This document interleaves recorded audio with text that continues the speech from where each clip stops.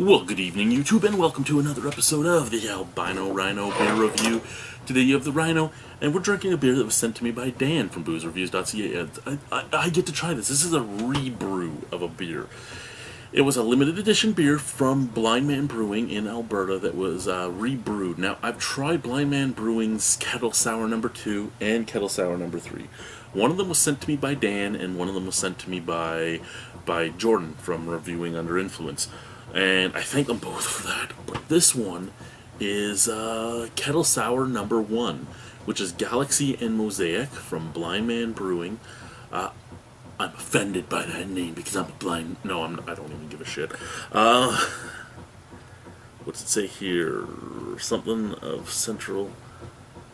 Makers of Central Alberta's craft beer. Okay.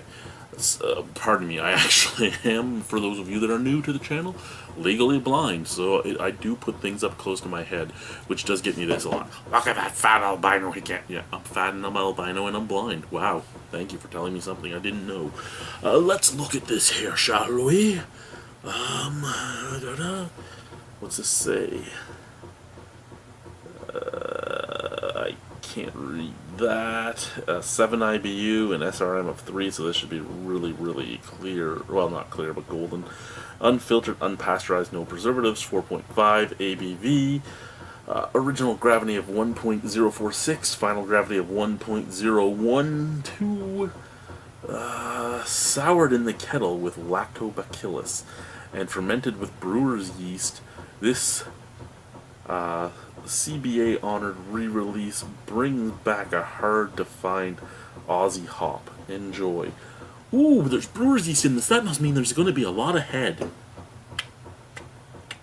Okay. For those of you that don't know what that was about, don't worry about it. Let's do this, shall we? Now, if I remember correctly, the other two were experimental hop brews. And one of them I just, I hated. And the other one I didn't really care for.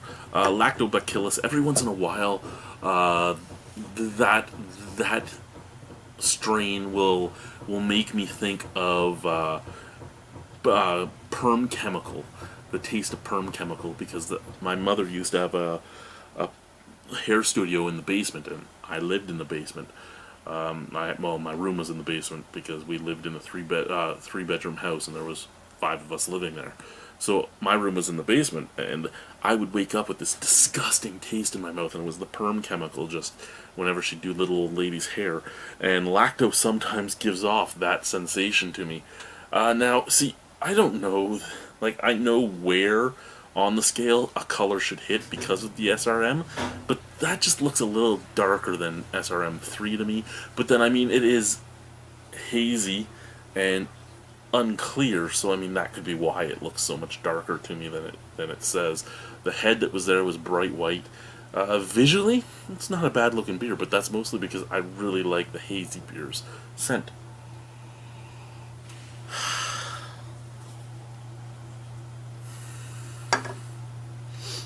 Let's just give it a little movement here. Give it another sniff. Tiny touch of pineapple.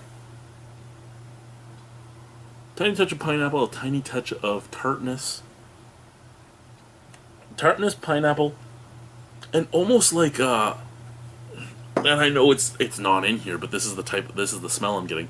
It kind of smells like pineapple, tartness, and latex rubber. And what I mean by that is sulfites. Sulfites reacting to, say, apples. Whenever there's sulfites in my apple ciders, I get this latex rubber scent, almost like a beach ball type of thing.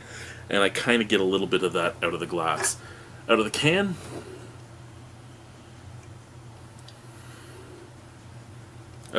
for me, it's pretty much the same. Pineapple, tart, and instead of latex rubber out of the can, I get that like fired off electrical coil smell. And what I mean by that is, say, take a drill, not a battery powered drill. Take an actual electric drill, plug it in, run it, and then turn it off. And put your nose up to the vent and smell. that smell from all the sparks flying inside it as it spins is what I call the burnt electrical smell. And yeah, the can gives that off to me. And again, that's something that comes off of sulfates in to me at least, because I'm very very very very very very very sensitive to sulfates. Well, sulfites. I'm very very sensitive to them, and they just tingle my senses. My albini senses go off with it, and I'm not saying it's in here because I know it isn't. And if it was, they would legally, most likely, unless Alberta's completely different than every other province in Canada, would have to say contains sulfites. And I don't think it contains it. I think the lactobacillus is giving off that scent. I think it might be acting up with the Mosaic and the Galaxy. However, I know that usually these two hops work really well in a sour beer, so let's try it. Cheers. Oh, I like that. I like that a lot. Not quite as sour as I would like it to be. When I find Mosaic and Galaxy mixed in a sour beer, I usually like it fairly puckering. I find that the fruity flavors of those two hops pop the best when it's really puckering. The smells I was smelling, just scents. They're not in the flavor. That perm chemical taste that I get from lacto quite often, again, not there. I would find it curious. What I would love to do is sit there and find a whole bunch of different breweries to do a whole bunch of different single hopped and maybe even different malted lacto kettle sours, and I would love to run through and do a chart of which ones taste and which ones smell like perm chemical and the sulfite like smell, because I'm curious if it's one of the hops reacting to the lacto or something like that, because everything has slightly different bonding agents and everything in it. It just I'm curious if somehow the lacto goes after some of the different particles of the different hops and makes these weird scents and weird smells. I'm curious about that, but I haven't kept track of it enough to know for myself if that's what it is. Slight tartness. Not nearly as tart as the other two I had from them. Slight tart. Pineapple. Orange. Grapefruit pith. I pithed my pants. No, grapefruit pith. Pith. Grapefruit pith. Orange, pineapple, a little bit of tartness, and a little bit of a almost oaky tannic taste. I really like this. It kind of reminds me of a very, very poor man's Four Winds Nectorious. Not nearly as fruity, but other than that, a lot of the same flavors.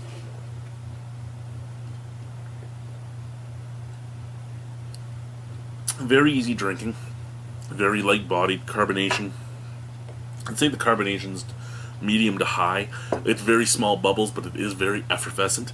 It does help clear your palate really quickly too. I mean, that slight bit of tart, that slight bit of oaky tannicness, and the amount of carbonation in this just clears your palate and dries out your mouth and makes this beer very moreish. I really like this beer. I know it sounds like I don't with some of the things I'm talking about. Oh, it smells like latex rubber and burning electric. Those are things that I'm picking up in the scent. Taste-wise, this tastes great. Look-wise, this looks pretty good. Scent-wise, it smells okay to me. Excuse me, sorry about that. It's kind of gassy. Strangely enough, there's absolutely no taste when you burp. I've never had that before with a beer. Ever. Like I said, I think if this had a little bit more tartness, for me personally, a little bit more tartness on this would make this world class. Keep Keep the fruity flavors the way they are. Keep that oaky tannic flavor. Just add a little bit more tart to it, and it would easily be a 9 out of 10. The way it is right now, I'm going to give it an 8.75 out of 10. I really enjoy this. Thank you very much to Dan for sending this out. Thank you to Blindman Brewing for rebrewing this. This is a really nice little beer. Kettle Sour number 1. So I wasn't a fan of 2 or 3, but I'm really a big fan of 1. Cheers. Bye.